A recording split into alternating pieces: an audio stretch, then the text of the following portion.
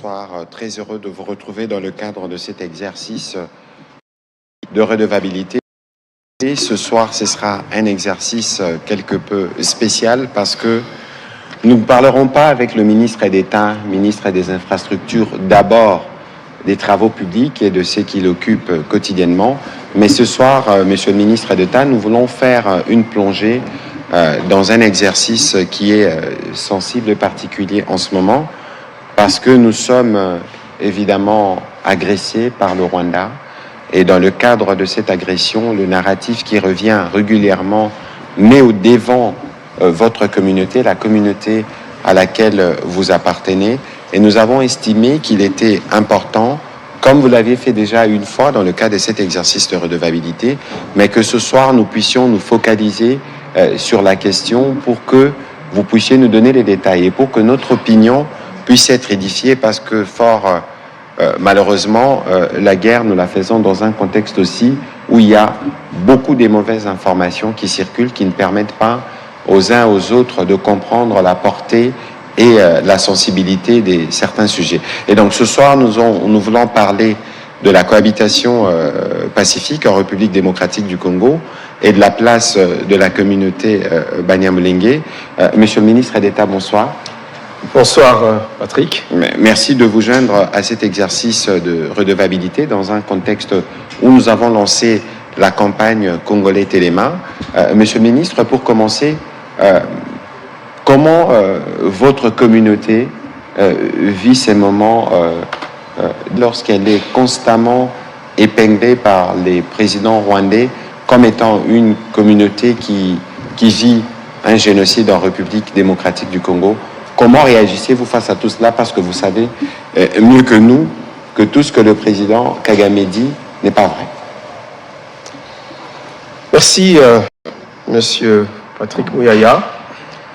Je voudrais commencer d'abord par saluer nos chevaliers de la presse ici. Bonsoir à vous. Je voudrais, d'entame, vous me permettrez, puisque c'est la première fois que je m'exprime ici sur la RTNC depuis les derniers développements que nous avons connus avec l'occupation de la ville de Goma, ensuite l'occupation de la ville de Bukavu. Je voudrais exprimer toute ma solidarité et ma compassion à nos frères et sœurs, à nos compatriotes qui vivent aujourd'hui sous cette partie de notre pays occupée par le Rwanda, parce qu'il faut appeler un chat par son nom, au travers de son supplétif ou ses supplétifs qu'est le M23 ou la FCM 23, comme on veut bien l'appeler. Et donc, nous voulons ici dire que nous partageons ces moments difficiles avec eux, et nous pouvons comprendre que être sous la domination de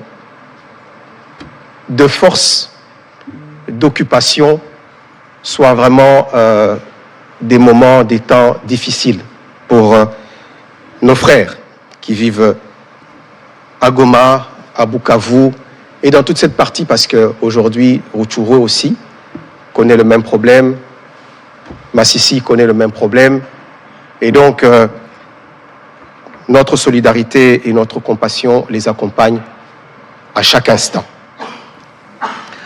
Alors comment est-ce que notre communauté, la communauté Banyamulenge, vit cette situation?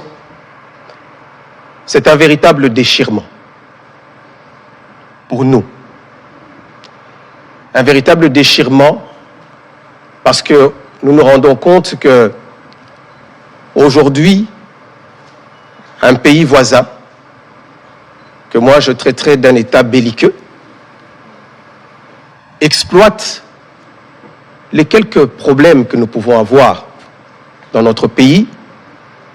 N'oublions pas que nous sommes un pays immense, avec 450 tribus, et que, comme d'autres pays, nous connaissons des défis internes. et ces défis internes sont, par rapport à cette problématique, sont des défis de cohabitation entre certaines communautés. Je voudrais vous parler d'abord, avant de répondre à cette question, de ma propre expérience. Comme il a dit, je suis originaire du Sud Kivu, territoire d'Uvira. Je suis de la communauté Banyamulenge. Mais avant d'être membre du gouvernement, je suis d'abord un élu du territoire d'Uvira. Élu du territoire d'Uvira signifie que j'ai obtenu des voix, non pas seulement de ma communauté d'origine, les Banyamulenge, mais aussi des autres communautés. Bafuliru, Bavira, Babembe, Bashi, Barega, qui sont installés dans ce territoire. Et peut-être pour la petite histoire, vous devez aussi savoir que je suis le fils d'un illustre homme politique, M. Gisaro Mourosa Frédéric, qui lui-même, en son temps, a été également commissaire du peuple. À l'époque, les élus nationaux, on les appelait des commissaires du peuple. Il a été élu en 1977 et il a participé également au Parlement de 1970, mais là, ce n'était pas des élections, mais c'était par désignation en termes de consensus au niveau de la classe politique. Donc, il a été au Parlement à 2 reprises. Tout ceci pour dire que la cohabitation dans notre pays est possible. Cette cohabitation est une expérience réelle. Comme je le dis, je suis élu et donc j'ai dû aller vers ces autres communautés pour demander leur suffrage, qu'ils ont bien voulu m'accorder afin que je les représente au niveau du Parlement, au niveau de la représentation nationale. Et donc, c'est bien la preuve et la démonstration que la cohabitation est possible. Mais lorsqu'on parle de cohabitation, est-ce que cela voudrait dire qu'il n'existe pas de conflits ethniques, qu'il n'existe pas des problèmes de cohabitation entre les communautés? Non, il en existe. Comme il en existe dans tous les pays au monde qui rencontrent ce type de défis. Et donc, moi je dis que le problème n'est pas tant la cohabitation, mais le problème aujourd'hui est de savoir, lorsqu'il y a des problèmes de cohabitation, comment est-ce que l'État les prend en charge? Quelle est la réponse publique sur ces problématiques qui sont des problématiques inhérentes à la plupart des pays dans le monde? L'Afrique du Sud a connu un problème de cohabitation entre les Noirs et les Blancs. Les États-Unis d'Amérique, je parle là de démocratie, ont connu aussi des problèmes de cohabitation entre les Noirs et les Blancs. Et ici, en RDC, il y a effectivement des problèmes de cohabitation entre la communauté dont je suis originaire, Banyamulenge, et d'autres communautés voisines, les Bafuliru, les Babembe, dans une moindre mesure avec les Bavira, mais ce sont des problèmes qui existent. Des problèmes qui sont exacerbés aujourd'hui par 2 phénomènes. Le phénomène de l'existence des groupes armés qui sont pratiquement devenus des groupes armés communautaires parce que chaque communauté du Sud Kivu aujourd'hui a son groupe armé. Les Bavira ont leur groupe armé, les Fuliro. La plupart des communautés du Sud Kivu ont des groupes armés. Donc ça voudrait dire qu'il y a un problème de circulation d'armes et qui font qu'au lieu de régler les problèmes comme africains au niveau de l'arbre à palabre, mais il y a malheureusement des exactions qui se font parce qu'il y a des gens qui sont détenteurs d'armes.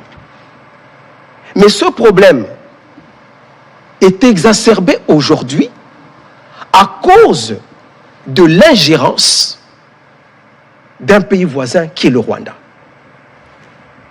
L'ingérence du Rwanda au travers des multiples invasions qu'ils ont perpétrées dans notre pays, font que ce problème a pris une dimension qui est aujourd'hui, qui nous fait vivre la situation, comment je vais appeler ça, cette situation terrible que nous connaissons aujourd'hui, où notre pays est divisé, où notre pays est victime d'une agression, d'une occupation, avec des prétextes fallacieux, où un pays vous dit « je viens pour protéger la minorité Tutsi ou la minorité Banyamulenge qui sont en danger d'extermination ». Mais où se trouve ce projet d'extermination? Qu'on me dise à quel endroit on a concocté ce projet et combien de Tutsis aujourd'hui se massacrent dans notre pays. Nous avons ici affaire à une situation où vous avez un pyromane qui vient, qui dit il y a le feu, alors que le feu n'existe pas, et qui vient après dire c'est moi le pompier pour éteindre ce feu parce que je viens pour protéger une minorité. J'ai eu à le dire ici il y a quelques années, sur le même plateau ici de la RTNC, en disant que nous, comme communauté Banyamulenge, ou de manière plus générale la communauté Tutsi, nous n'avons jamais demandé au Rwanda de venir ici pour protéger notre communauté.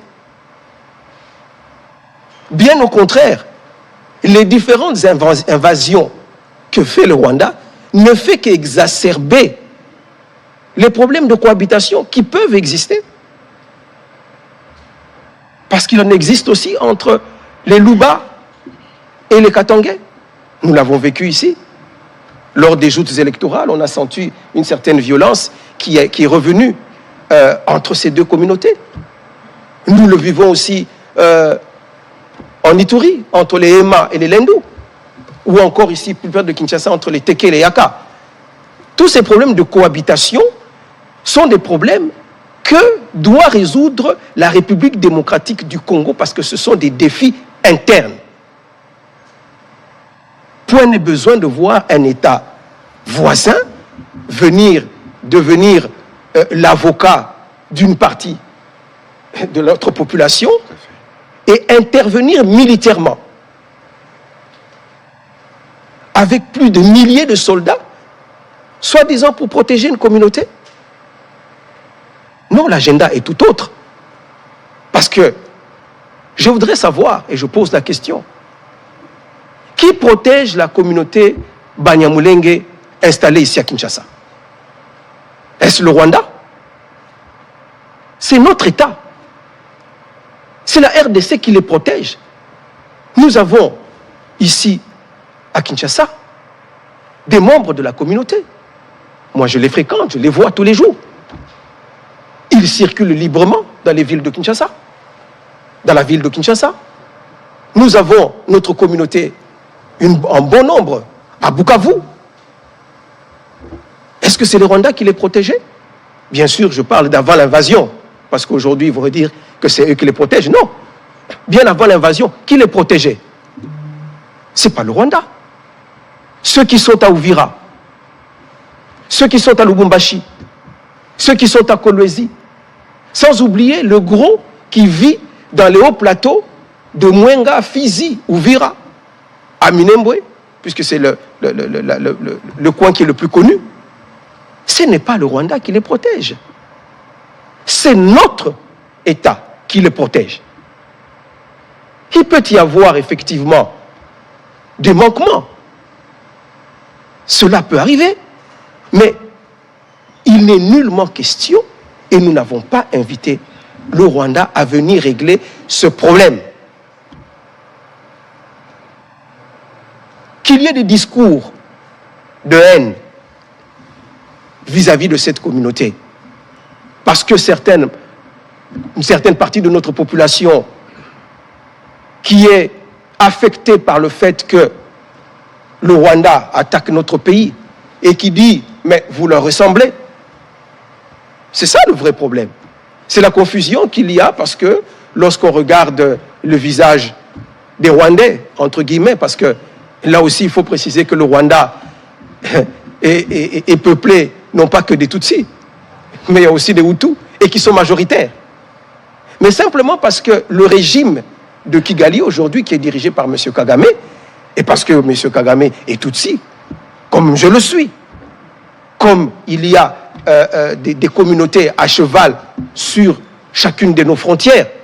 Mais à cause de cette ressemblance de phénotype, on considère que nous épousons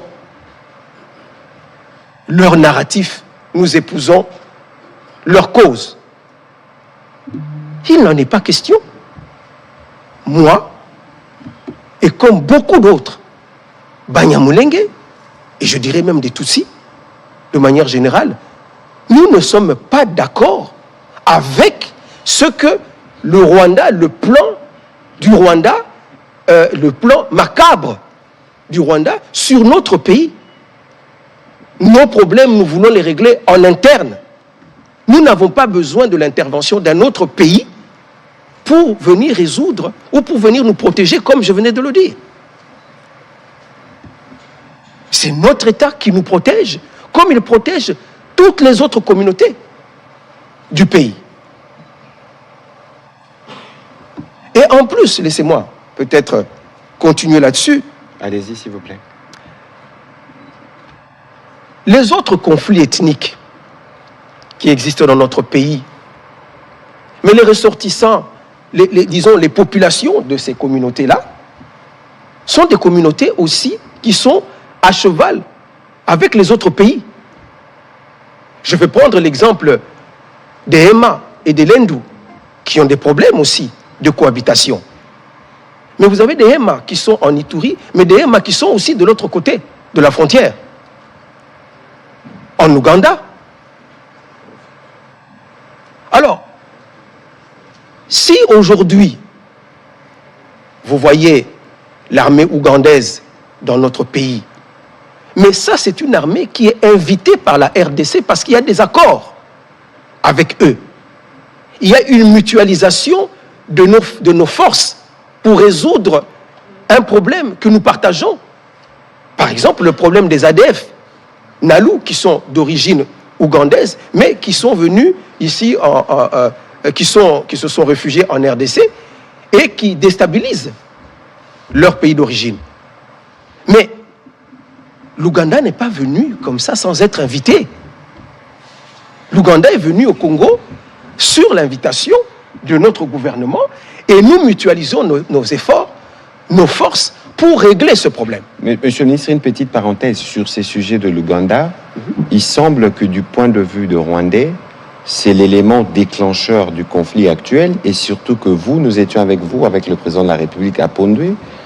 On a décidé de faire des routes ensemble en partant de Kasindi jusqu'à Goma et que c'est une zone qui est considérée comme une zone d'influence ou que l'existence de cette route empêcherait Kigali et Gisenyi de vivre parce qu'ils déversent leurs produits à Goma. Merci, Monsieur le ministre, parce que là, maintenant, vous parlez des vraies causes de la guerre. Les vraies causes de l'invasion du Rwanda dans notre pays, qui, comme vous savez, sont des causes d'abord économiques, de pillage de nos ressources. Et pour parler de cette question de la route, c'est parce que, justement, nous avions, et je suis ici bien placé pour le dire, parce que je suis ministre des Infrastructures, et j'ai travaillé sur ce dossier, nous avions décidé, dans le cadre de la coopération avec l'Ouganda, de faire la route de Kasindi, qui est la frontière avec l'Ouganda, Beni-Butembo, mais aussi de faire la même route au niveau de Bunagana, Rutshuru, Goma. Deux routes qui sont dans le Nord Kivu. Et nous avions décidé de le faire ensemble, en partageant d'ailleurs les coûts de ce projet. Mais c'est à la suite justement du lancement de ce projet que le Rwanda a décidé d'entrer en guerre avec nous. Pour la bonne et simple raison que aujourd'hui, vous savez que notre pays est un pays enclavé, du moins dans sa partie est, et que pour atteindre l'océan Indien, il faut traverser des pays voisins, dont le Rwanda ou alors l'Ouganda, et l'essentiel du trafic passe par le Rwanda, Gisenyi, la ville de Gisenyi, qui est la ville voisine, ou Cyangugu, qui est l'autre ville vers Bukavu. Et nous avons l'essentiel des trafics qui passent par là. Parce que le Congo, en passant par Bunagana, donc en modernisant la route qui passerait de Goma, Rutshuru, Bunagana, c'est là les vraies raisons de la guerre. Parce qu'ils ont compris que tout le trafic qui passait par Gisenyi allait être détourné et les retombées économiques dont ils étaient bénéficiaires allaient aller vers l'Ouganda. Et c'est comme ça que la guerre a commencé. Vous savez que à l'arrivée du président Tshisekedi au pouvoir, il a eu une politique d'ouverture vers les voisins. Tout à fait. Dont le Rwanda. Nous avons tous vécu ça ici. Et je dis que ce n'était pas facile puisque la population congolaise a toujours gardé un sentiment de rancœur à cause des différentes invasions dont nous avons été victimes. Aujourd'hui, l'invasion s'appelle AFDEL. Demain, ça s'appelle RCD. Après-demain, ça s'appelle CNDP. Le surlendemain, ça s'appelle M23. Tous ces costumes que le Rwanda a portés, alors que le corps était le même, ce sont toutes ces guerres qui ont créé justement ce sentiment vis-à-vis du Rwanda. Et donc, le président Tshisekedi, en arrivant au pouvoir, lorsqu'il décide de l'ouverture, c'est assez mal perçu par notre population. Mais il voyait les choses dans une vision de paix et de développement de toute la sous-région. Absolument. Construisons plutôt des ponts plutôt que de construire des murs entre nous, afin que toutes les populations de notre sous-région, de notre comté, puissent en bénéficier. Voilà quelle était sa motivation. Et il a tendu la main au Rwanda. Mais aujourd'hui, on voit que on l'a payé en monnaie de singe. Vous comprenez? Et donc, pour revenir à ce que je disais tout à l'heure, c'est véritablement d'abord des raisons économiques et je dirais même des revendications territoriales. Puisqu'aujourd'hui, peut-être que la presse n'est pas informée, mais si vous suivez les débats au Parlement rwandais, aujourd'hui, ils discutent sur les contours ou les limites du Rwanda de l'époque, je veux dire, précoloniale. Tout à fait. À l'époque des royaumes et des empires. On aura l'occasion d'y revenir. On va y revenir peut-être. Tout à fait. Mais il y a eu 1885 qui a fixé les limites territoriales, les limites de chaque pays. Et aller à l'encontre de cela, c'est violer le droit international. Donc, je voulais parler justement, tout à l'heure, j'avais commencé à développer la problématique de la coopération qui doit exister entre les États. La problématique, comme je l'ai dit tout à l'heure, des Hema et de Lendu, qui est un problème qui touche une communauté qui est à cheval, mais vous ne pouvez venir, si nous avons besoin de votre accompagnement, de votre soutien, que si nous vous invitons. Il y a un droit international qui existe et qu'on ne peut pas fouler aux pieds comme cela. Alors, aujourd'hui, et je vais y revenir, vous savez, nous sommes tous conscients que le Rwanda a vécu un drame innommable, le génocide. Tout à fait. Et c'était des moments terribles que nous ne cesserons de dénoncer.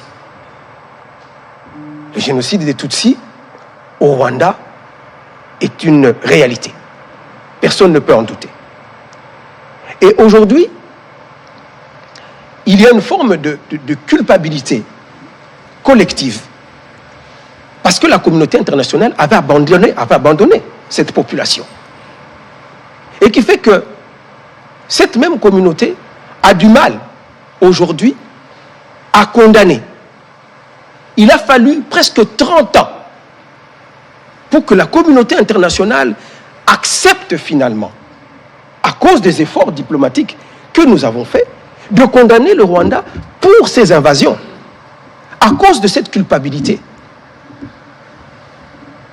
Ils ont intervenu en 98, en 96, en 2008, en 2012, mais jamais ils n'avaient été condamnés.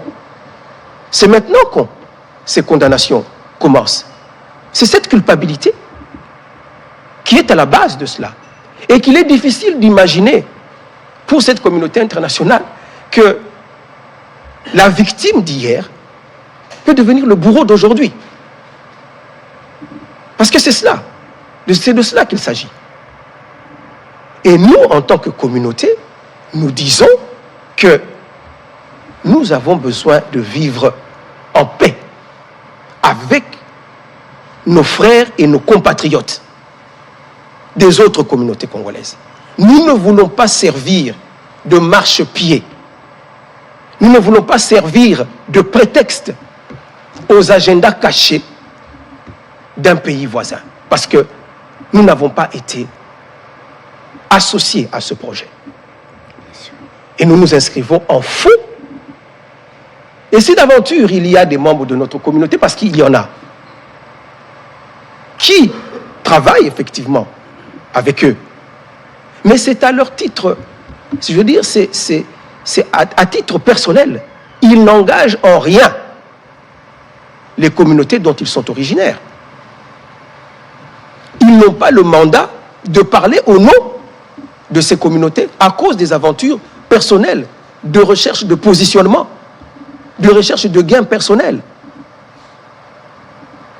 Qu'ils engagent toute une communauté à tel point que aujourd'hui on verse dans une forme de globalisation ou même de criminalisation de toute une communauté en disant oui, vous êtes avec ces gens-là. Et j'attire l'attention ici parce que c'est ça le piège du Rwanda. C'est ça le piège du narratif rwandais. Lorsqu'ils disent nous venons pour protéger cette communauté, ils savent quelle est la réaction que cela va susciter de la part des citoyens congolais. Ça va être une réaction de rejet vis-à-vis de cette communauté en disant « Ah, c'est vous les complices. Ah, c'est vous par qui nos malheurs arrivent. » Donc nous allons être rejetés par les autres communautés et peut-être les plus extrémistes de la communauté nationale vont même aller jusqu'à faire des discours de haine, vont aller jusqu'à faire des exactions contre cette communauté. Et le Rwanda viendra en disant, voilà ce que je vous disais. N'est-ce pas la preuve que cette communauté est maltraitée? N'est-ce pas la preuve que cette communauté est discriminée, qu'elle est stigmatisée? Parlons de la discrimination de cette communauté. On va atterrir par là avant de prendre les questions, Monsieur le ministre d'État. Parce que c'est non sans émotion que je vous parle. Évidemment. Et vous pouvez le comprendre. Je suis ministre d'État dans ce pays. Je suis élu dans ce pays. Avant moi, il y a eu des ministres d'État. Avant moi, il y a eu même des vice-présidents, un vice-président. Il y a eu des vice-ministres. Il y a eu des élus. Toutes ces fonctions, ce sont des Banyamulenge qui les ont occupées. Et donc, lorsqu'on parle de discrimination, il faut quand même nuancer les propos. Parce que notre communauté a toujours été représentée, je ne veux pas dire dans toute l'histoire, mais je vous ai compté, je vous ai dit que dans les années 70, nous avions un élu. Et plus tard, il y a eu peut-être un vide pendant un moment donné, mais plus tard, nous avons eu un ministre des Affaires étrangères ici. et tous ceux que je viens les fonctions que je viens de citer. Donc, la représentativité de notre communauté est une réalité aussi. Ça n'exclut pas, effectivement, qu'il y ait eu, comme je l'ai dit, des problèmes de cohabitation avec certaines communautés, ou peut-être même ici à Kinshasa. Parce que disons les choses telles qu'elles sont. Lorsque notre pays est agressé, lorsque notre pays est attaqué, mais il y a une forme de révolte ici, à Kinshasa. Et lorsqu'on voit dans la rue quelqu'un qui se promène avec mon faciès, on dit Atala Barwande Bangoy.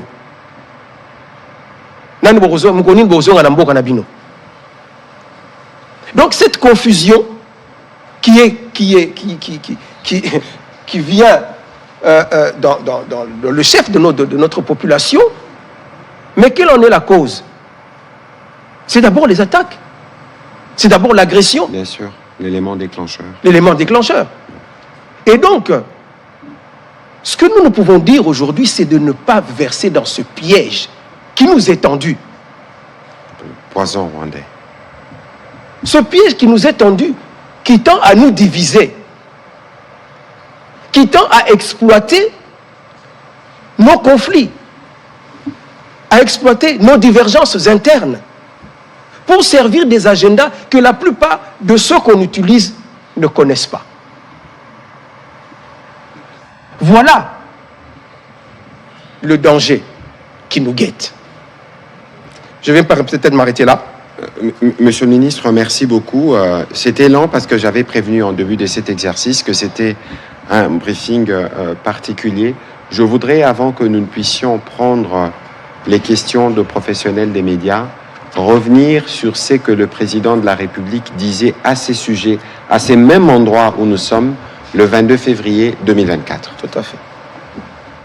Je suis le seul, si pas le premier en tout cas président de la République démocratique du Congo à avoir dit haut et fort, en parlant des Banyamulenge, mais j'élargis même à tous les Tutsis congolais que ce sont nos compatriotes. Il y a des Banyamulenge qui sont morts pour cette République et sous le drapeau. Donc j'en ai assez de ce discours qui consiste à discriminer ces populations et à donner ainsi l'occasion à des régimes barbares comme celui du Rwanda de nous envahir, sous de fallacieux prétextes d'ailleurs. Parce que je dois attirer ici l'attention de tout le monde, et c'est très dangereux d'avoir ce genre de discours. Vous faites le tapis de ce régime criminel du Rwanda, parce que ce régime, figurez-vous, il a aussi des Hutus qui travaillent à sa cause.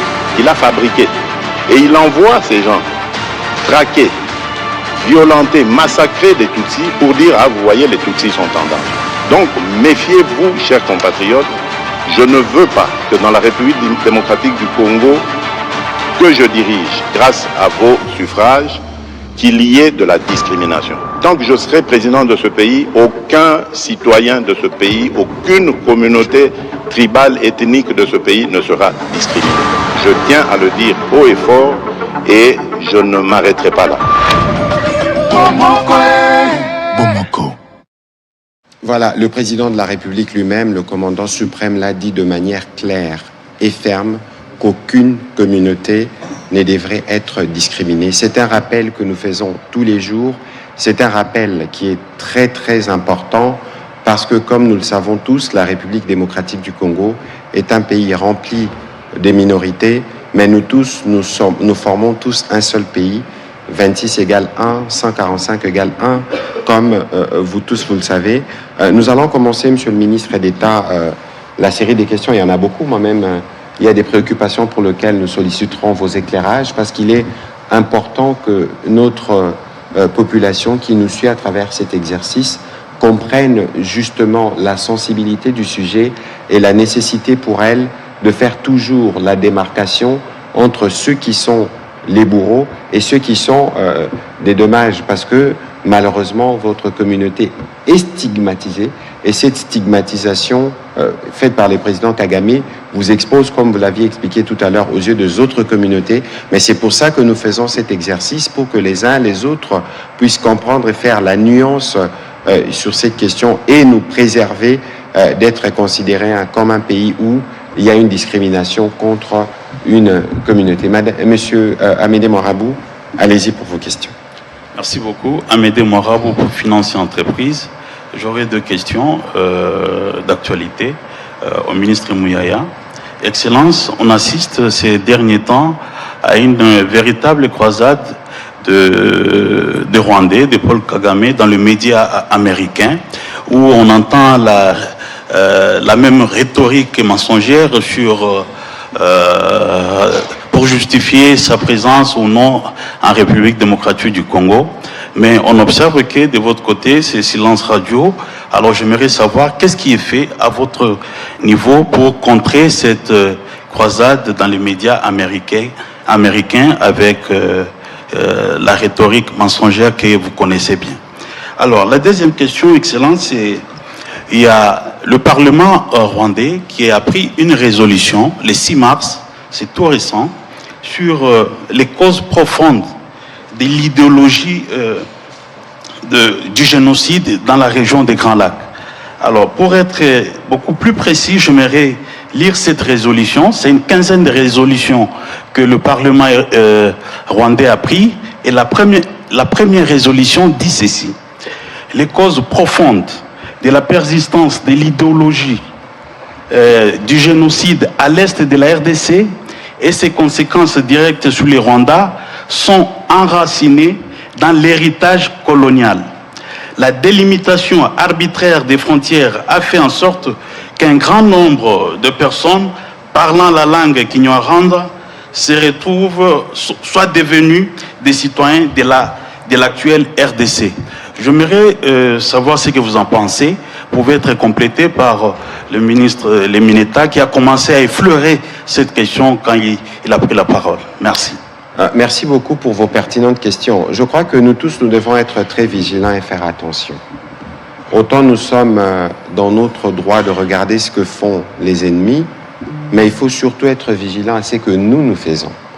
Parce qu'aujourd'hui, les Rwandais n'ont jamais été autant dans une mauvaise posture. Et que la contre-offensive, entre guillemets, si les gens veulent la considérer comme telle, parce que ça se fait en renfort de mensonges aux États-Unis, ne vient qu'en réaction.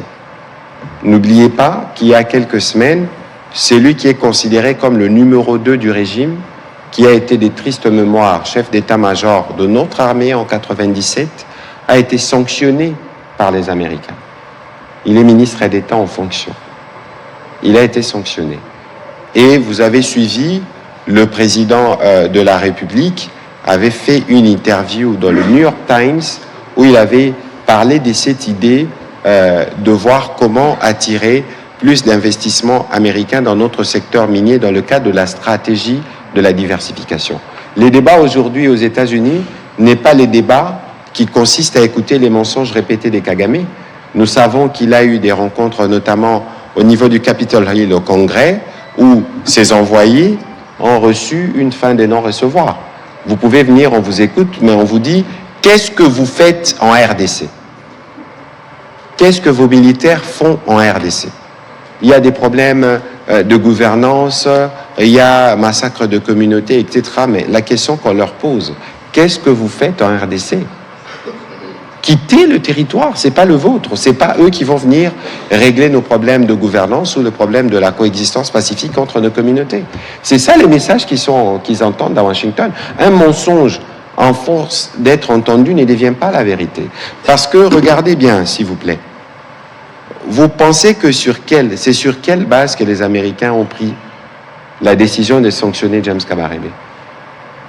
Est-ce que les Américains, en prenant ces décisions, ne connaissaient pas le narratif rwandais? Vous êtes sûr? Parce que la décision, lorsqu'elle est prise, elle est motivée. Il faut lire ce qui est écrit lorsque James Kabarebe est sanctionné. Dans la posture actuelle où tous les pays du monde, un par un, commencent à prendre des sanctions, les sanctions qui, pour nous d'ailleurs, sont arrivées un peu plus tard, après les condamnations, est illustratif du ras-le-bol, du comportement du président rwandais. Alors moi, je veux bien que les compatriotes puissent être sensibles sur les gesticulations de nos adversaires, mais il faut bien lire et bien interpréter le travail que nous faisons avec le président de la République en tête. vérifier, regardez, vous tous, vous avez vu, Monsieur Boulos, que le président Trump a choisi pour être l'envoyé spécial dans le Grand Lac. Et lorsque vous lisez les articles qui annoncent tous, en toile de fond, parlent du deal minier, de la discussion. Alors, lorsqu'on veut parler à ce niveau-là des intérêts stratégiques à la fois américano-congolais, mais qu'est-ce que les Rwandais viennent faire là?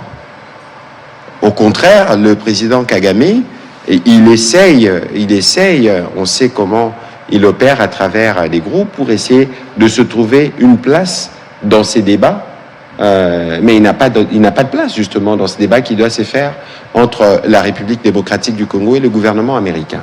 Et donc ici, il faut savoir que c'est eux aujourd'hui qui ressentent le plus des besoins d'aller s'expliquer dans le monde entier. Vous voyez les gesticulations du ministre des Réseaux sociaux, on veut aller à Bruxelles, on veut aller, mais regardez les mépris avec lesquels ils réagissent dans les communiqués lorsqu'ils sont sanctionnés. Mais des personnes qui sont sanctionnées aujourd'hui se retournent vers les personnes qui leur ont imposé des sanctions pour aller expliquer quoi? Que ce gens-là ne savaient pas avant la prise des sanctions. C'est évident qu'ici, ils sont dans une stratégie des manipulations habituelles, une stratégie de désespoir, parce qu'ils savent que des sanctions massives arriveront. En tout cas, tant qu'ils garderont leurs troupes sur notre sol, cela va arriver, parce que là, c'est violer toutes les règles internationales en la matière, et surtout que vous suivez quotidiennement des crimes de guerre, on attaque des malades dans les hôpitaux, on les kidnappe, on les tue, on attaque les écoles, mais tout ce qui se fait là, le monde entier voit.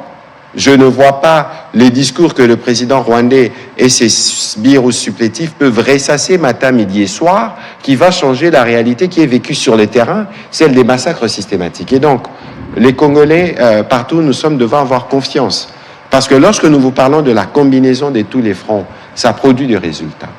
Et donc, même sur les terrains où ils sont supposément censés être, nous y étions. J'étais les premiers, moi, à faire les débats avec Madame Ramaya d'Atlantic Council, peut-être parce que c'était en anglais, les uns les autres ne sont pas suivis, n'ont pas pu suivre. Et donc, il y a, on ne vous dira pas, il y a des initiatives en cours, des interviews en cours de préparation qui vont aller à tous les niveaux, parce que les médias constitue pour nous un front à part entière. Donc de ce point de vue, soyez plutôt rassurés qu'un mensonge à force d'être entendu ne deviendra jamais vérité. Sur le deuxième volet de votre question que le ministre d'État a effleuré, je serais d'ailleurs heureux qu'il puisse me compléter à ces sujets. Nous savons qu'en réalité, le plan du Rwanda, derrière tous les faux prétextes aujourd'hui, c'est de réussir à couper une partie de la RDC. Alors, on essaye de deux manières. Soit qu'on l'occupe avec nos militaires, en imposant la terreur telle qu'ils l'ont fait, pensant que la communauté internationale, ou d'abord nous-mêmes les Congolais, on ne serait pas vigilants, on se laisserait faire, comme ça, ils consacrent la balkanisation physique de fait. Parce que ce qu'ils font, c'est quoi? Dans les territoires occupés, quand ils arrivent, la première chose qu'ils font, ils brûlent les archives. Ils brûlent les archives, ils font des redistributions de terres, et ils pensent même repeupler. Mais c'est quoi le plan?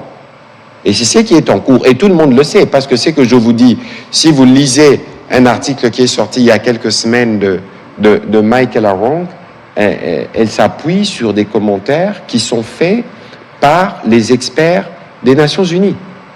Et nous avons ces éléments, le vice-premier ministre, ministre de l'Intérieur l'a déjà abordé en conseil, et nous sommes déjà revenus dessus. Alors, la messe qui est dite, la fausse messe qui est dite au niveau du Parlement rwandais, c'est encore une fois du verbiage, parce que ici, le gouvernement rwandais tient à tout prix à garder son opinion avec elle,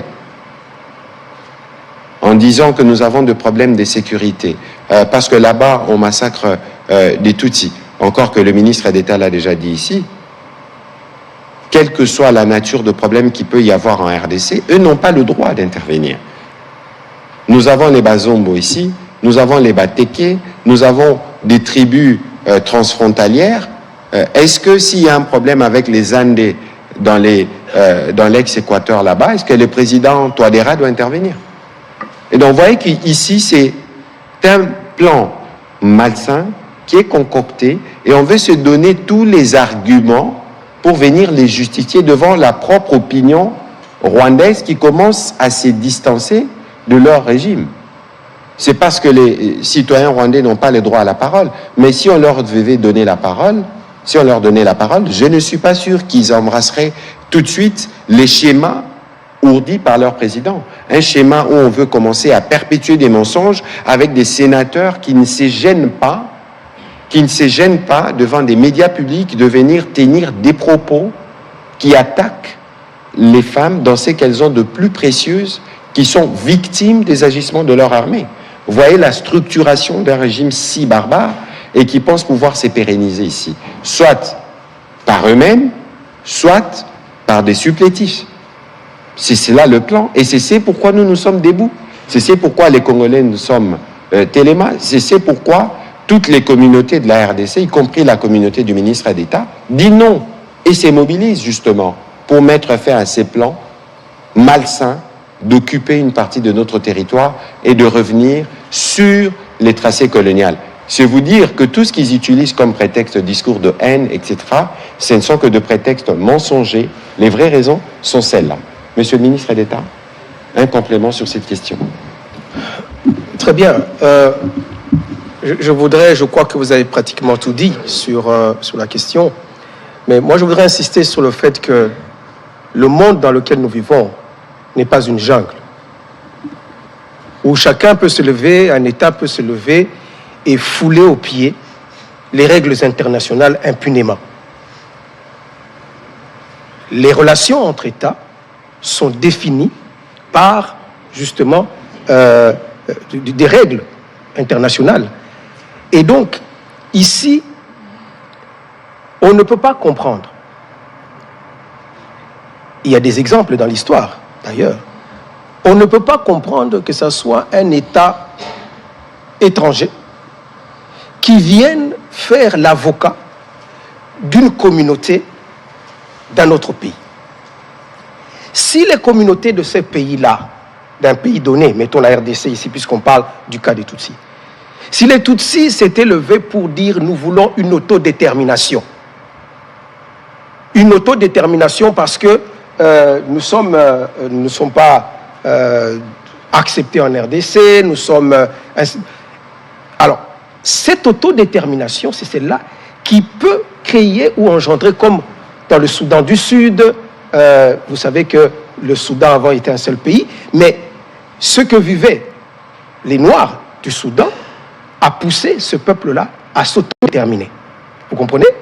Mais ici, en République démocratique du Congo, ce qui est étonnant, ce n'est pas la communauté congolaise qui peut avoir des problèmes, qui demande une autodétermination. Il s'agit d'un autre pays qui vient, qui dit non, non, non, non, cette communauté-là vous devez, parce que c'est ça qu'il y a derrière. Peut-être que vous ne l'avez pas souligné.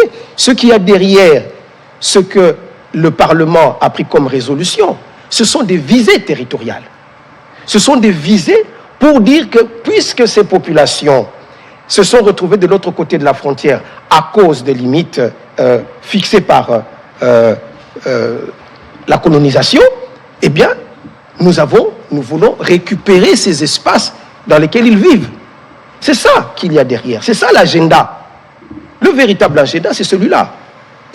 Et maintenant, on commence à utiliser des mécanismes nationaux, passant par le Parlement, une résolution, pour que demain, on puisse passer véritablement à l'action. Donc c'est ça le but. Vous comprenez? Alors, nous disons qu'il n'y a pas, en République démocratique du Congo, des espaces ou des personnes ou des communautés qui ont décidé qu'elles puissent être récupérées par le Rwanda, ou que leurs espaces puissent être... Et il ne faut pas oublier aussi que, en parlant que des Tutsis, mais les Tutsis ne vivaient pas seuls, même dans l'époque coloniale, ou l'époque des royaumes et des empires. Si tant est qu'ils vivaient dans ces parties, dans ces espaces, Rutshuru, Masisi, ils n'étaient pas seuls. Et donc, lorsqu'on parle de... Même si on devait, dans l'impossible, je suis dans l'impossible où il y aurait quelqu'un qui voulait le faire, mais ce n'est pas que une communauté qui vit avec les autres, qui dit, moi, je décide que, voilà, je veux m'autodéterminer. Non. Ils étaient avec les Hutus, ils étaient avec les Nyanga, ils étaient avec les Houndé, et ainsi de suite. Vous comprenez? Donc, ceux de notre communauté qui veulent servir ces intérêts-là ne pourront pas y arriver parce qu'il y a les autres communautés qui ne vont pas les rejoindre dans cette démarche-là. Vous comprenez? Donc, aujourd'hui, on ne peut pas imaginer, c'est tout simplement invraisemblable. Voilà pourquoi on utilise la terreur. Voilà pourquoi on utilise la force armée pour faire taire ceux qui osent lever le doigt ou lever la bouche pour pouvoir dire le contraire de leur agenda. C'est ce qui est en train de se passer. Et malheureusement, pour eux, c'est que même nos villes qui sont occupées aujourd'hui, il y a une vraie résistance. Il y a une résistance silencieuse peut-être, parce qu'ils n'ont pas d'armes pour pouvoir réagir. Mais ils résistent. On leur parle. Et ils demandent quand est-ce que, finalement, nous allons revenir dans le giron national. Nonobstant la propagande que nous pouvons entendre de leurs affidés. C'est ça la réalité. Voilà ce que je pourrais dire. Voilà, Monsieur Eric Izami. Merci, Monsieur le ministre. Tout d'abord, je voudrais commencer par louer ces initiatives parce que j'aurais voulu que ça puisse se succéder avec ce qu'on avait fait autrefois avec le professeur Ndaiwel Eziem Isidore, mais ensuite avec le professeur Tchibangu Kalala dans ses explications.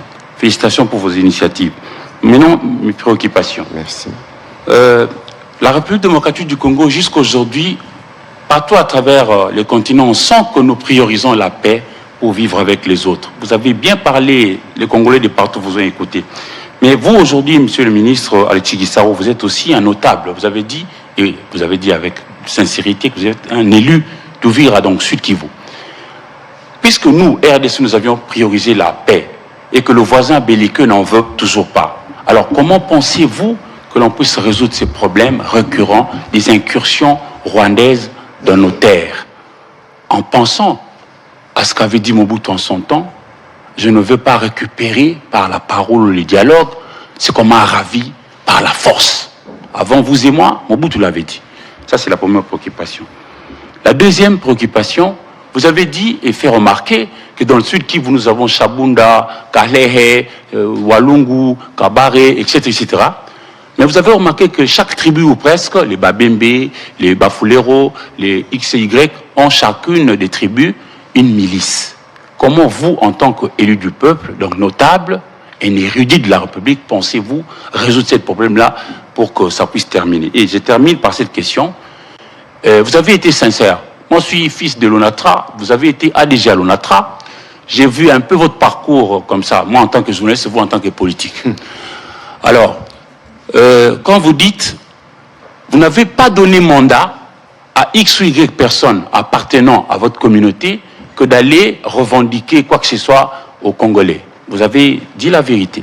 Mais alors, la question, seriez-vous capable de coopérer avec la justice de la République démocratique du Congo pour dénicher ceux-ci qui distribuent la mort quand même? Ce sont là mes questions.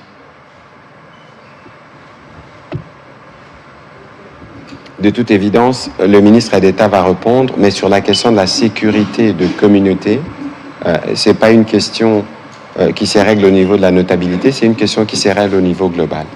Mais c'est pourquoi aujourd'hui, le président de la République, nous travaillons notamment à renforcer la police, parce que c'est la police qui est censée être celui qui assure la sécurité de biens et des personnes à l'intérieur du territoire national. Et donc, ça, c'est un engagement sur lequel nous travaillons. Évidemment, il faudra régler les problèmes de groupes armés. Il y a des processus qui sont prévus pour. C'est une combinaison des efforts qui nous permettront d'une part de régler ces problèmes-là, mais d'autre part de renforcer la police qui est censée, elle, être la seule structure qui assure la sécurité de toutes les communautés à la fois. Imaginez qu'on a 450 tribus, s'il y a 450 milices, ça devient source d'insécurité pour tout le monde et partout. C'est pour ça que nous tous nous investissons l'État investit dans la police pour que la police puisse jouer ces rôles-là des protecteurs de biens et des personnes. Monsieur le ministre d'État. Très bien. Ça, je pourrais dire que c'est la réponse institutionnelle.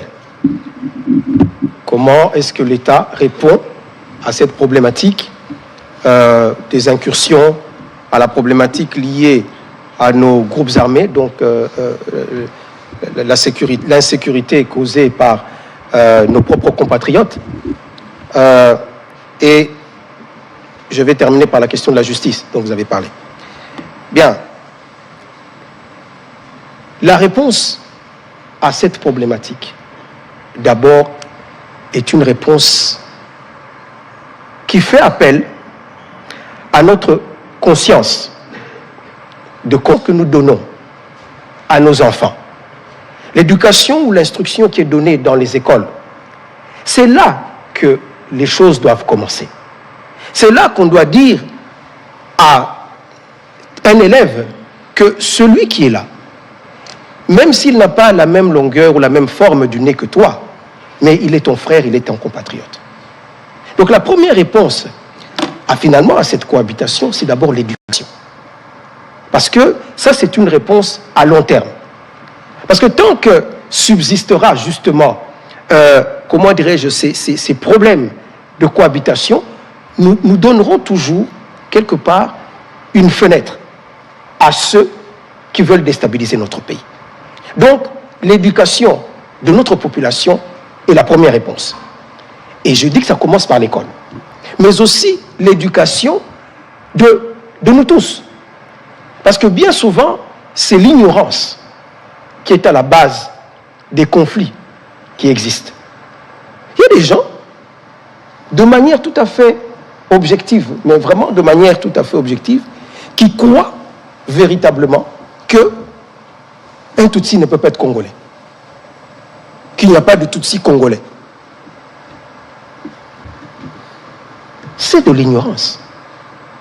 Parce que l'histoire de notre pays, comme on l'a dit un peu tout à l'heure, l'histoire de notre pays a fait que la délimitation de nos frontières n'est pas l'œuvre des Congolais. C'est l'œuvre des puissances coloniales de l'époque qui ont décidé de départager l'Afrique en fonction de leurs intérêts. Peu importe quel était le peuple ou la communauté qui vivait à tel ou tel endroit. Il y a des endroits où, entre les pays, il y avait des frontières naturelles, comme, je ne sais pas, ici, le Congo en face, nous avons une frontière naturelle. Mais, le fleuve. Mais si vous allez plus loin, toujours entre nos deux pays, vous allez vers l'Ouosi, il n'y a pas de frontière naturelle. En marchant à pied, vous vous retrouvez dans le Congo voisin. Mais ce sont les mêmes populations qui vivent. Bien sûr. Exactement. Et cela est valable sur les 9 frontières de notre pays. Et donc aussi à la frontière avec le Rwanda. Qu'on les aime ou qu'on ne les aime pas, ça c'est un fait historique.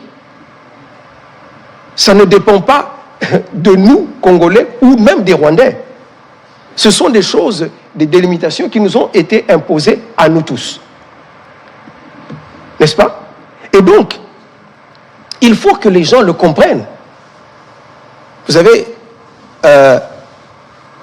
je vais paraphraser la Bible qui dit que mon peuple meurt faute de connaissance. Notre pays aussi est détruit quelque part à cause de l'ignorance.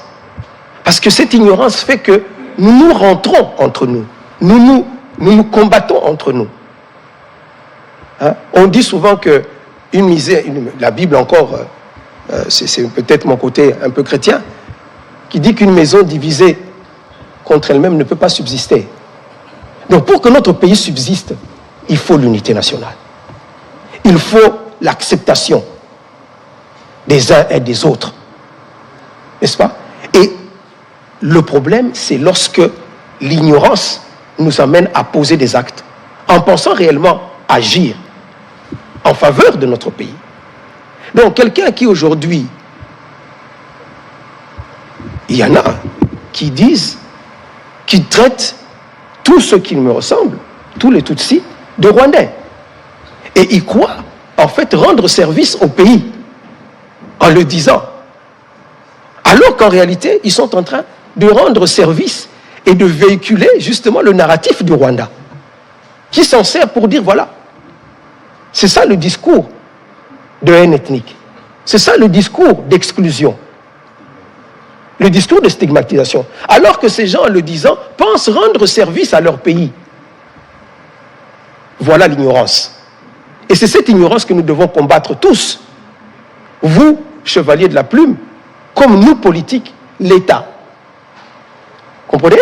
Donc, l'aspect de l'éducation de la masse est une chose importante pour la survie de notre pays. Il y a aussi maintenant, vous l'avez évoqué tout à l'heure, la justice. La justice régule aussi les actes que nous posons. Si les discours de haine ethnique, ou s'il y a des exactions qui sont faites et qu'ils ne sont pas réprimés, eh bien, c'est la porte ouverte à tous les débordements. Mais à contrario aussi, s'il y a des personnes qui sont des traîtres pour la nation, mais nous devons également les dénoncer. Nous devons également les pointer du doigt. Et si vous voulez que je vous réponde de manière très claire à cette question, oui, moi je suis prêt. Je suis prêt à les dénoncer. Et ils ne s'en cachent pas. Ils ne s'en cachent pas. Vous les voyez, ils sont de l'autre côté. Bien sûr. Ils servent le Rwanda. Tous les jours. Ils ne s'en cachent pas. Vous allez les voir dans les réseaux sociaux, vous allez les voir dans les déclarations qu'ils font, ainsi de suite. Donc, ils sont connus. Et un jour, ils rendront des comptes à notre pays. Merci. Voilà, merci. On va prendre les deux questions restantes parce que nous devons courir derrière le temps. Monsieur Patrick Lacoué, et puis ce sera notre collègue de l'ACP. Merci beaucoup, Excellence, pour la parole. Monsieur le ministre Guizaro, vous venez de dire, et dans vos mots introductifs, vous avez dit qu'il y a eu dans ce pays des leaders, si je peux prendre ce terme-là, des leaders de votre communauté qui ont eu à gérer la chose publique dans ce pays. Et tout à l'heure, et qui continuent, entre autres vous. Et tout à l'heure, vous avez relevé un problème d'éducation de masse. Est-ce que vous savez que dans la population, l'on condamne votre silence? Quand le pays est agressé, ses leaders, Banyamulenge, se taisent. Ils ne se prononcent que quand ils sont pointés du doigt. Que répondez-vous? Avant même qu'ils ne répondent, moi qui vous parle, de manière régulière, j'ai reçu des sollicitations de la communauté Banyamulenge pour s'exprimer, de manière régulière. Et à chaque fois qu'il y a des cas, des dérapages ou des cas des poisons rwandais qui circulent, je suis moi le premier à être alerté par la communauté et ce n'est même pas par mon collègue ministre d'État. Je pense qu'il y a quelques jours, nous avons vu qu'elle s'est exprimée de manière claire et on n'avait pas besoin de les stigmatiser ou de les activer. Parce que moi qui suis régulièrement en contact avec eux, je sens en eux le même souci que chacun d'entre nous pour que cette guerre se termine. Je fais un témoignage qui n'est pas lié au fait que le ministre Guissaro soit mon collègue ou que je connaisse depuis des longues années, mais parce que, en dehors de lui, régulièrement, comme je suis le ministre de la Communication et des Médias, je suis mis au parfum des situations par les membres de sa communauté. Je tenais à faire ces témoignages pour être plus précis. Monsieur le ministre, allez-y s'il vous plaît. Vous avez peut-être vidé ma réponse. Personnellement, je suis intervenu ici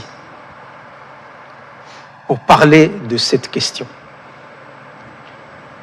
Et je l'ai fait dans des termes très clairs, en disant que jamais notre communauté n'a invité le Rwanda au Congo ou à demander un quelconque plaidoyer du Rwanda ou son advocature pour régler nos problèmes.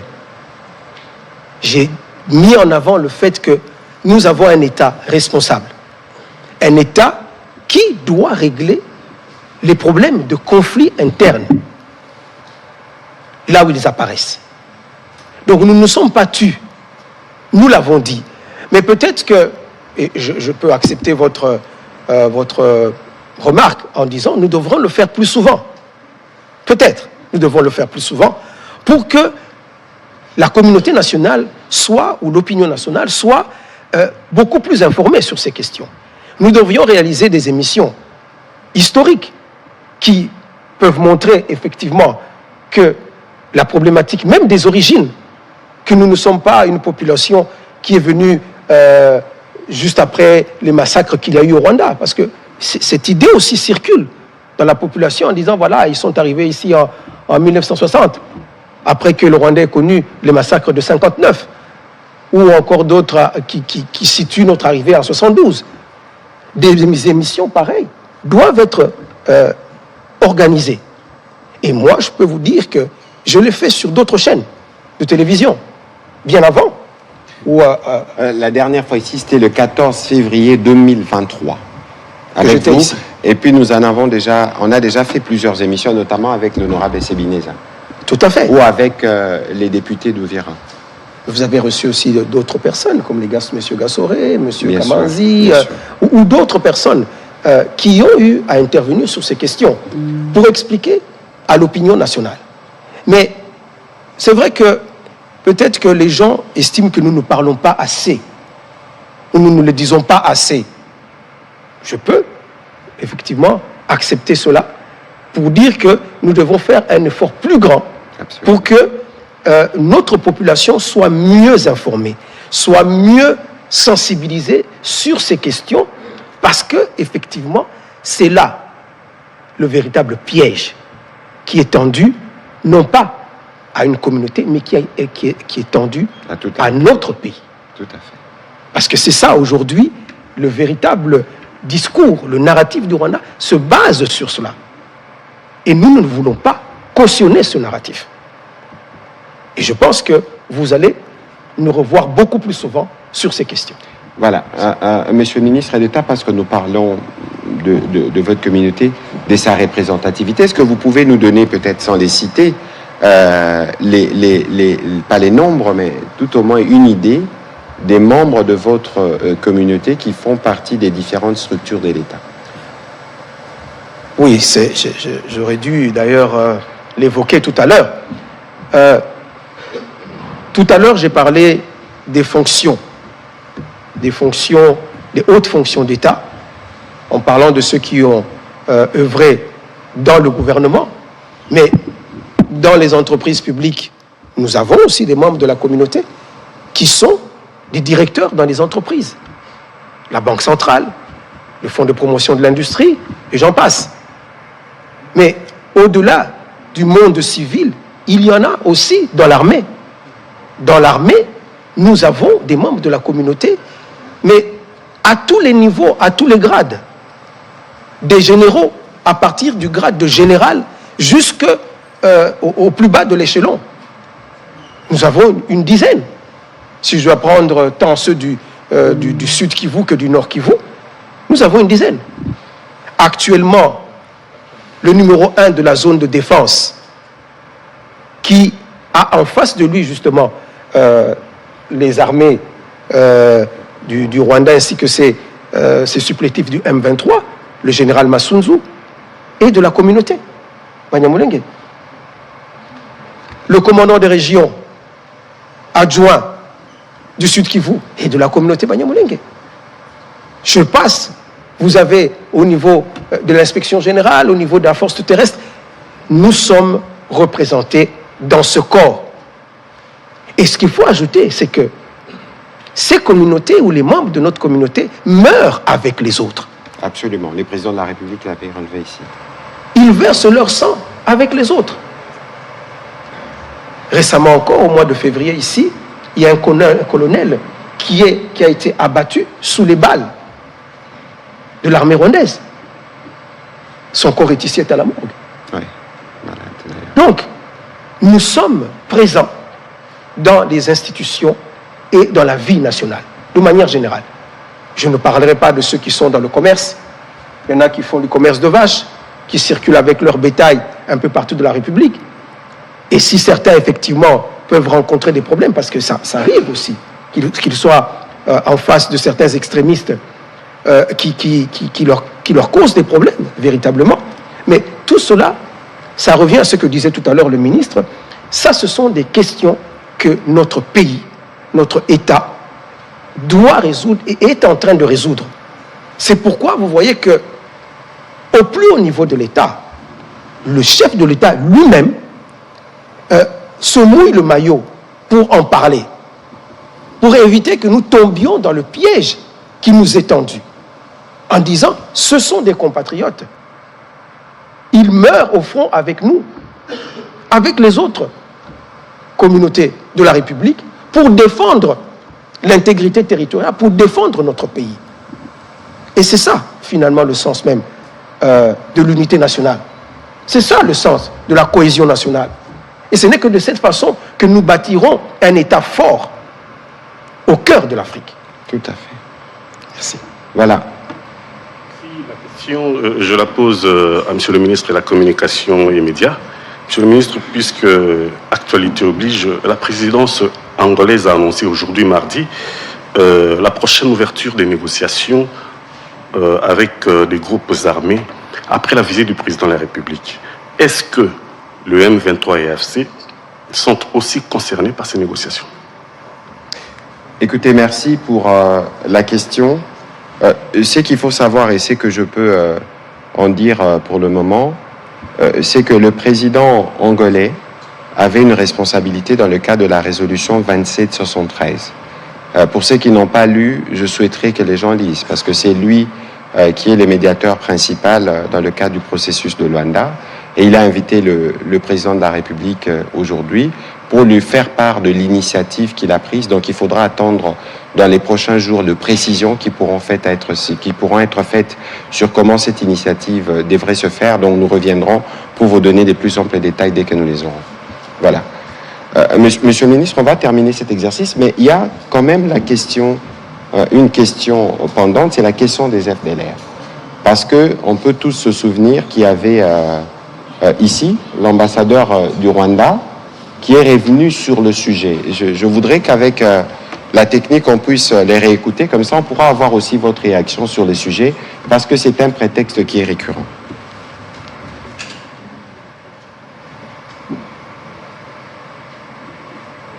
En accord avec la technique, on va réécouter ce que disait l'ambassadeur rwandais ici à Kinshasa au sujet justement des FDLR. Nous n'avons aucun intérêt d'attaquer les FDLR aujourd'hui, au moment où les FARDC les ont sérieusement attaqués et ils sont vraiment affaiblis. On en parle très peu. Donc c'est aussi le fruit d'une bonne coopération. Une bonne coopération amène à des résultats qui enlèvent l'élément ou l'épine dans le pied, ou le prétexte, comme on l'appelle ici. Comme aujourd'hui. Voilà, Monsieur le ministre d'État. Merci beaucoup pour le passage de cet élément. Parce que Monsieur Kariga, qui parle, et l'ambassadeur était l'ambassadeur du Rwanda ici en République démocratique du Congo. Et ces propos, il les a tenus il y a en 2021, je pense, si mes souvenirs sont bons, où, comme vous l'avez suivi avec moi, il dit que les FDLR ne constituent plus une menace existentielle pour le Rwanda. Il y a encore 4 ans. Il ne constitue plus une menace existentielle.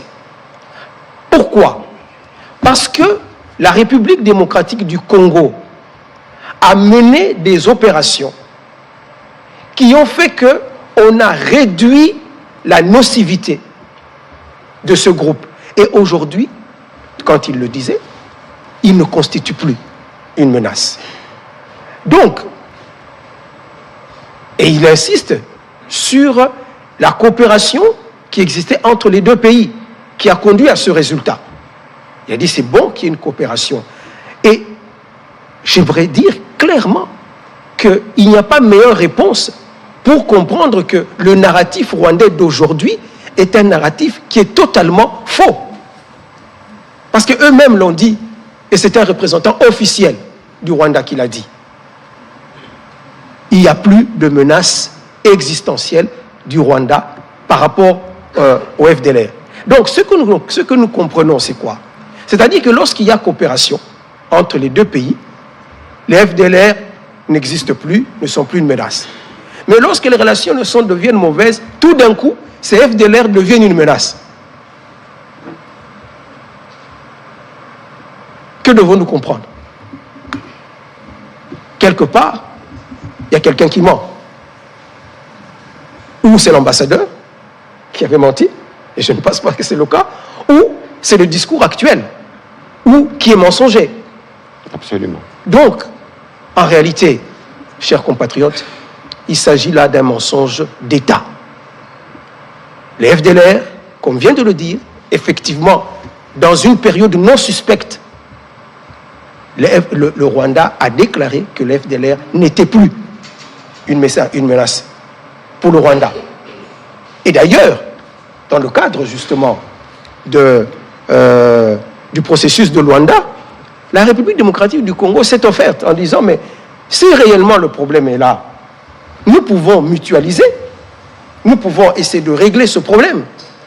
Non pas en mutualisant parce qu'aujourd'hui nous n'avons plus confiance en eux, mais la RDC s'engage à pouvoir régler ou à neutraliser ces forces résiduelles, pour utiliser l'expression que eux-mêmes ont utilisée. Nous avons pris cet engagement à Luanda, et puisque nous l'avions réussi dans le passé et qu'eux-mêmes l'ont reconnu, nous pouvons encore le faire aujourd'hui pour le petit résidu qui reste. Voilà, merci Monsieur le ministre d'État. L'exercice était long, il était intéressant, et merci de votre disponibilité et celle que nous connaissons d'ailleurs de membres de votre communauté à s'associer notamment à la campagne Congolais Téléma que nous avons lancée pour faire face justement à cette agression rwandaise. Mais Monsieur le ministre, il faut aussi Samala, il faut aussi Sanalingala.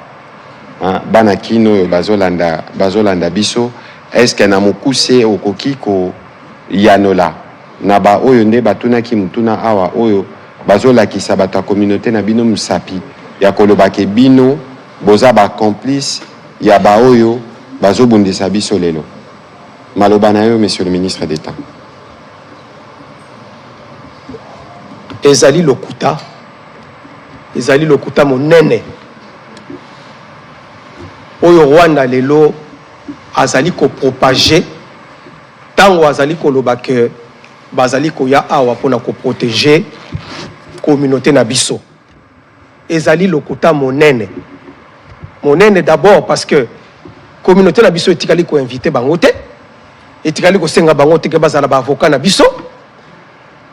Communauté na biso ezali une des communautés ya Congo. Ba problème na biso entre Congolais, ata to bundi, ata to swani, tozali na tata, pe to koluka ba solution na katikati na biso. Toza na besoin te que muta uta libanda po ya koluka biso ba solution awa. Oyo azaki kolobake aye pona yango, aye pona yango te, aye pona agenda mususu. Agenda ya Rwanda ezali agenda te ya koya ko protéger communauté na biso. Nazaki koloba tout à l'heure que communauté na biso ezali na Kinshasa. Toza ko vivre na Kinshasa. Toza ko vivre na Bukavu. Est-ce que na Kinshasa ata soki problème to pokoso ebimi ezali kaka l'état na biso, est-ce que tokenda kolela tokoloba président batu bakomi koloba ke biso toza ba complice batu bakomi kotela biso na liso mabe, l'état vient à notre secours pe bayaka ba oyo ba se permetta ba attaquer communauté na biso awa parce que y a capé tout la vérité puisque ça makambo to vivre awa sous le régime mais la réaction a été directe. La réaction était directe. On est venu protéger notre communauté awa basi tenga moko oyo akufi awa na Kinshasa likolo ya likambo wana eza Rwanda te muté protéger ki bango ezali l'état na biso po tozali na l'état oyo azali responsable pe tozali na mokonzi ya mboka oyo azali ko dénoncer yango mikolo nyonso na ba discours na ye alobaki yango na Angleterre à l'époque na Londres alobaka que Munyamulenge azali congolais lokola ba misusu azali compatriote lokola ba misusu botika kosala le jeu de l'ennemi oyo azolinga ko kabola biso pote bomona ke communauté wana mutu ezali complice ya makambo wana po yango nde baza ko utiliser lelo comme tout le ba argument pona kokota na kati ya mboka na biso tobo ya makambo wana tobo ya kopesa bango ba prétexte na ba comportement na biso potangu toza kosala bongo bango bazalo ba bozo komona makambo tozalo ba izaka solo balingaka bango te baza ko discriminer bango ceux qui bandeko ata problème ekozali ekoki kozala ata pokoso ekoki kozala toza na l'état na biso oyo tulingi yende a régler ba problème wana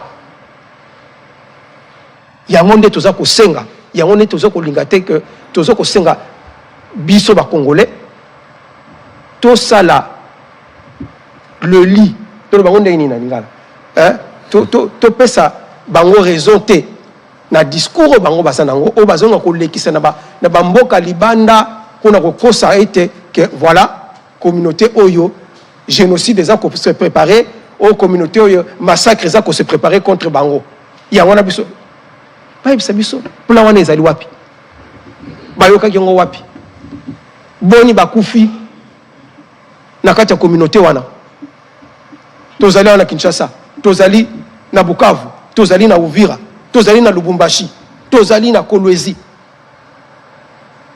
wapi bakufi pona koloba ke M23 e banda bitumba M23 o ezali toloba ilamba oyo Rwanda elati lelo pote alata belamba mususu obino moko boyebi na mikolo oyo ezalaki ezali passé tout à fait donc ne tombons pas tokoyate na kati ya piège na kati ya mutambo oyo banguna oyo état ya Rwanda ezali ko tendre biso tokoyate. Et je termine en faisant appel à l'unité, à la cohésion. Tous à la bomoko. Pour te toper ça, occasion te na banguna bayako. Ko sakana na mboka na biso. Yangonde tata mokonza mboka asako koloba mikolo nyonso unité nationale, cohésion nationale. Ba problème na biso to résoudre entre Congolais. Merci. Voilà. Merci beaucoup, ministre d'État Namalobanayo. Je crois que briefing à l'élève Hakim Laï, mais à la qui spécial pour nous permettre na bagnos bateau nyos bazolanda biso ba comprendre makambu oyo président de la République à l'Obaka auto l'exara mikolonio son cadre campagne bomoko que babanyamulenge baza bandeko na biso ba congolais.